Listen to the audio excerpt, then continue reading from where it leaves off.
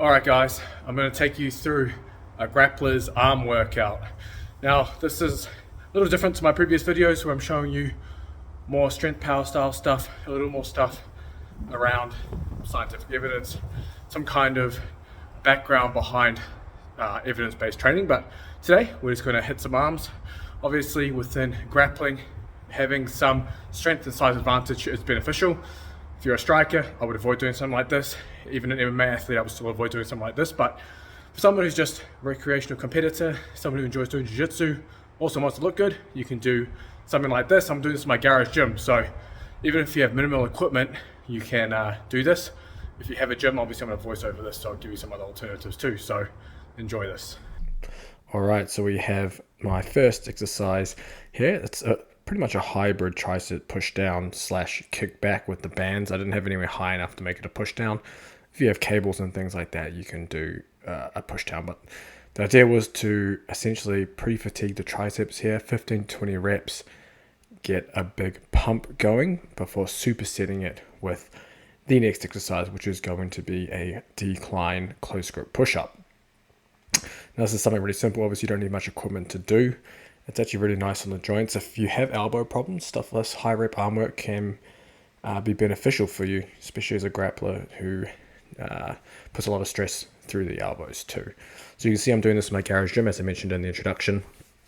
That means you can do it with very minimal equipment. If you don't have bands, you can substitute this even for some kind of light plate overhead extension, or even lying on the bench and doing some kind of light skull crusher. Just be careful if you're doing overhead extensions or skull crushers first. They can be harder on the elbows versus something like this tricep push down. You can even do like a dumbbell kickback on the bench as well. Those are all options, or you can lie on the bench and be chest supported as well. This is just all high reps, and if you go down the description as well, I'll have the full routine listed out there for you too. But again, this is ideally designed for grapplers looking to gain strength and size, training the arms here. Now, you won't always have or be doing full arm workouts. Typically, I recommend doing full body workouts, but if you're a recreational jiu-jitsu athlete and you just want to lift weights just so you can look good as well and have the strength with that, then there's no harm in doing something like this and having a separate day where you can just hammer the arms. Also, it's a lot of fun. It can be almost like active recovery in a sense. So we go on to the second exercise, I guess, because the first one was a superset. It's actually a line triceps extension, but behind the head. So instead of doing a skull crusher to the forehead, which can be very hard on the elbows, I'm going behind the head.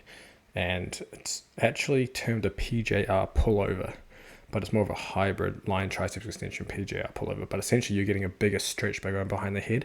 So since the triceps long head crosses the shoulder and the elbow, you get a bigger stretch through that long head, and you see much more muscle growth doing something like this than doing just a straight skull crusher or some kind of straight extension. So it's always important to do something where you get the stretch, whether that's an overhead extension holding a bar or a plate, or doing something like this, which I really like, because you can load it quite heavy and going behind the head. Just be warned that a straight bar can cause problems with elbows and wrists and shoulders if you have mobility issues. So using things like easy bars, kettlebells, dumbbells are also an option, because they're not going to give you that same issue around the joints. You'll see that my elbows come forward a little bit as I come up. It actually takes a little bit of stress off the elbows than trying to pump the brakes on themselves. So you'll find this is a more elbow friendly variation than a straight skull crusher. And then moving on to biceps. Now I've got fat grips on this bar. You can use a fat bar. If you have none of those, just a regular barbell is fine. But I highly recommend getting some kind of fat grips or a fat implement. It takes your arm training to another level, but it also means you're attacking the grip and the forearms simultaneously. And we know that jiu-jitsu, it's a game of grips, and having strong forearms and a strong grip is an important part of your game. So just adding fat grips to some of your training means you're getting that grip training in without even having to isolate the grip within your training program. You'll find doing this that your forearms and wrists take a lot of stress, as well as the biceps. So this is why I really like this variation. You don't have to use a barbell.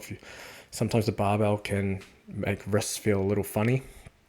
So again, easy bars, dumbbells, all of those are options too that allow the wrist to move a little more freely if you have issues there. But again, fat grips, fat bars, get one if you don't have one. Then I went on to fat grip dumbbell hammer curls. Again, when you're doing your different curl variations, you want to do curls with different wrist positions. So you want to do the reverse curls, hammer curls, and then your normal barbell or dumbbell curls. This way you're hitting the different parts of the bicep. And you'll find if you're doing hammer curls and reverse curls, if you do have elbow problems, that usually alleviates a lot of the elbow problems because you spend so much time gripping, working the forearm flexors, that the wrist extensors don't get much love. So doing stuff like this and doing reverse curls are always good options. Finally, we have the incline dumbbell curl. Now the reason for doing the incline dumbbell curls, it places the biceps under a massive stretch. So just like the triceps long head, the bicep actually crosses the shoulder and the elbow. So by being in this position, you're getting a longer stretch. Now this is important for jiu-jitsu because we spend so much time choking, holding opponents that we end up in this short biceps position pretty much most of training. Now doing this, you get that lengthened position. You start to lengthen the biceps, can help reduce your risk of injury. It's also going to help improve your mobility around the shoulder and elbow as well. So it's something you can use, and it's a nice way to finish the session. That was the full Grapplers arm workout. Now if you go down the description, there's some freebies down there for you. You can also join the Sweet Times of Fighting community. We have a lot of PhD, world-class combat coaches within there to help you with whatever it is with your training. Obviously all the programs and courses come with all that, but when you see with this session as well, it's not just the upper arms, we're also taxing the grip. Obviously the grip becomes an important component of grappling and jiu-jitsu as well. So it's an all-around session. Give it a go yourself. If you like this style of video, please let me know down in the comments, like, subscribe, all of that.